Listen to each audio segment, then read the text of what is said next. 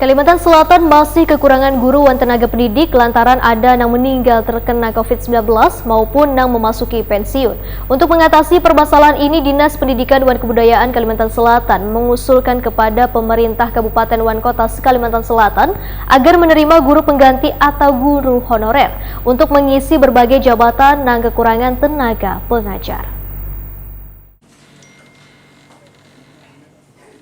Kalimantan Selatan masih kekurangan guru dan tenaga pendidik lantaran ada yang meninggal terkena COVID-19 maupun memasuki pensiun.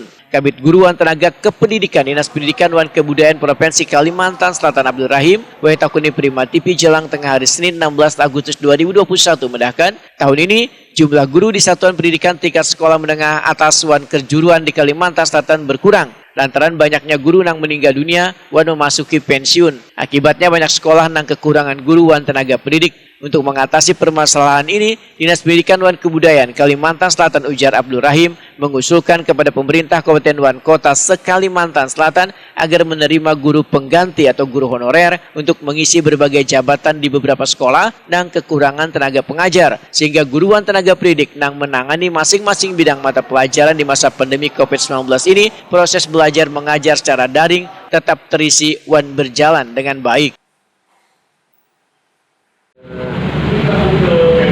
Ya hampir 50-an lah. Asal ini lah. Ya asal. Cuma ada yang tidak melaporkan. Perkiraan kita tidak ada. Mudah-mudahan. Upaya yang dilakukan apa Pak Rahim setelah adanya guru meninggal itu untuk menutupi kekurangan guru itu seperti apa nanti? Ya kita harapkan ya dari pemerintah daerah harus mengingatkan karena ada yang guru PNS ya. Kebanyakan guru PNS ya yang meninggalnya. Nah apalagi dengan adanya pensiun ini kan banyak pensiun selama setahun ini sampai 100 orang yang mungkin pensiun.